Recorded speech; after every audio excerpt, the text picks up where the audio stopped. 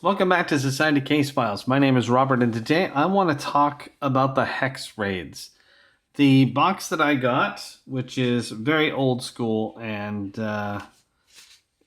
is equivalent to this black and white nonsense here, doesn't really give you a good indication of what you're getting. But I'd like to go through these instructions and then look at the models a little bit and explain what's going on. If you like this kind of content and you want to see more, please subscribe to the channel and hit the notification bell. Otherwise, let's talk about it now. So with this box, you could build 5 Hexwraiths or Black Knights. These are Nighthaunts. These would be the Soulblight Gravelords. It's kind of weird, but whatever. They're close to the same. When you get into the instructions, for the most part, it's pretty straightforward, except for the fact that, this first step here is kind of funny because it just gives you this one piece of instruction. But then you have to read, and it says all horse halves, and then it says 29, 30, 31, 32, 33, and 34 are interchangeable. So you could basically pick any of the horse pieces and put them together to form the beast, and then you just put him onto his base. Then I want you to put on the heads. Now, I didn't do that right away. It doesn't really matter too much, but then you put the heads together, which are also interchangeable. All horse heads consist of matching halves, and it gives you all the numbers, and any head can go onto any body. Now, here looks pretty much like any other instruction we've seen from Warhammer stuff, but when we turn the page, it suddenly feels like we're making Necromunda characters. So basically, you're going to form the weapon up here, and then the weapon comes over here and attaches to the torso. The head attaches there. You attach it to the body attaches over the horse, and then you're done. Or at least it makes it seem like it's that simple. It is not, and I'm going to tell you why. There's a few things about these models that make them somewhat more challenging than just that. First, when you attach this part, no big deal. It's got a flat end, so they do connect pretty well. Now, I put them on to my clip like this so that it could dry because it's pretty spindly and it will fall off. So the next part is you have to attach the hands to these arms. Well, there's not like divots or anything. They're just flat down there and semi-flat here, so you just put them on there and you got to let them dry again. So a lot of patience is required to make these work. It makes it kind of look like this is going to be next because obviously you'd want to follow the instructions. You'd go here and then here, here, here. No, it's not like that. These two parts go onto the horse's body first. And once you get them on, you'll have a hole between these two parts, and that's where the torso goes down onto it.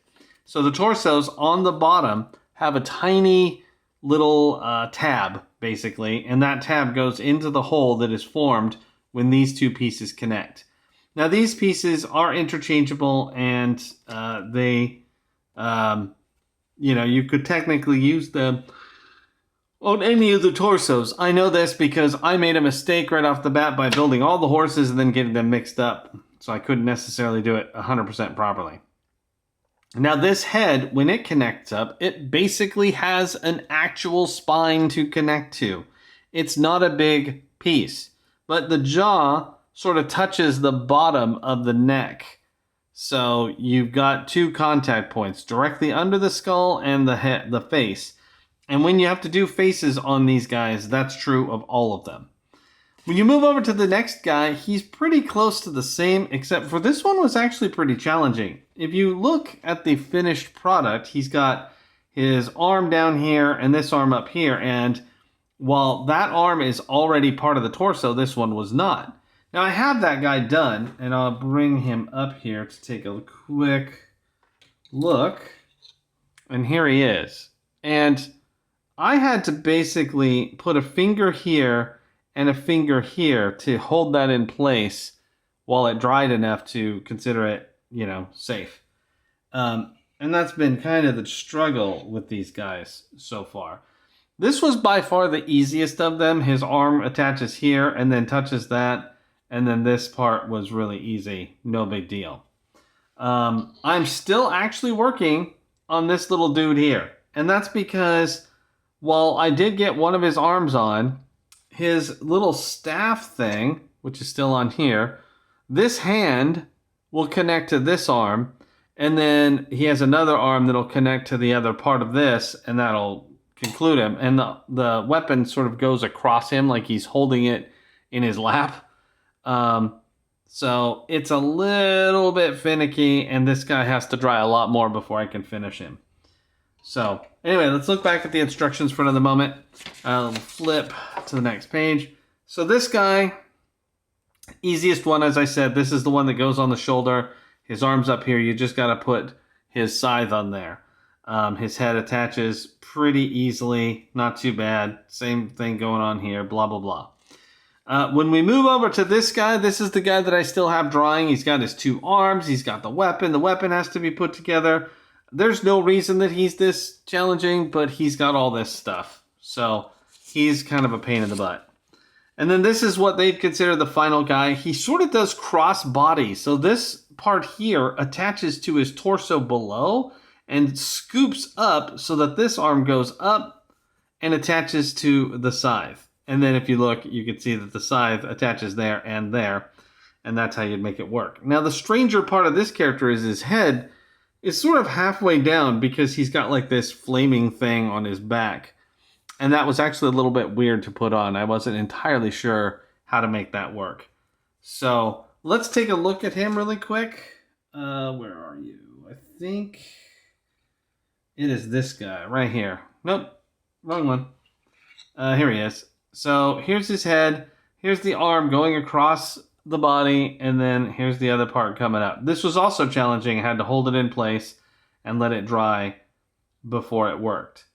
Now, the biggest challenge with these particular Nighthaunts is that they are spindly as heck. This little part here that acts as sort of a brace breaks very easily. In fact, it broke on this one, and I had no way of getting that connected again. It's gone. So hopefully this stays nice and tight, because otherwise, we don't have that second brace. Not that I think that brace was doing a whole heck of a lot, but I mean, it was there. So that's part of the challenge with these. Not to mention that you've got to apply weapons in strange formats and all that other good stuff. But just the fact that they are so spindly, the Nighthaunts, that you can easily break things. Like this part here, very easily broken if you're not careful. This stuff, fortunately, is attached, so it's not going to break. But there are plenty of opportunities to bust things with these. Now, I have a little bit of footage of me building these, and I'll include that as well here in just a moment. But really, the most important part was to go over the instructions. These are pretty terrible all around. I don't know how old this is. Let's see if there's a... Okay, 2015. So these are a decade old. And it makes sense that they're not the best. They have, obviously done a lot better since then. So once you get past the Hexwraiths, which you see down here, the instructions will move on to the Hell Knight and everybody else. And as you can see, there's some parts that make them a little bit different. Like, they got a little bit more armor. If you look at the sprue, here's what their little sides look like. They have more armor on them and stuff. And these dudes here are sort of just like a bunch of robed Grim Reaper guys, which are really neat. But anyway, I'm going to talk to you in just a moment with a reveal for these guys. It will not have him. He will not be done until tomorrow or the next day. I don't know when I'll get back to him, but he's going to take a little bit more time. But other than that, that's the Hexwraiths. That's my rundown on the instructions. We'll talk in a minute.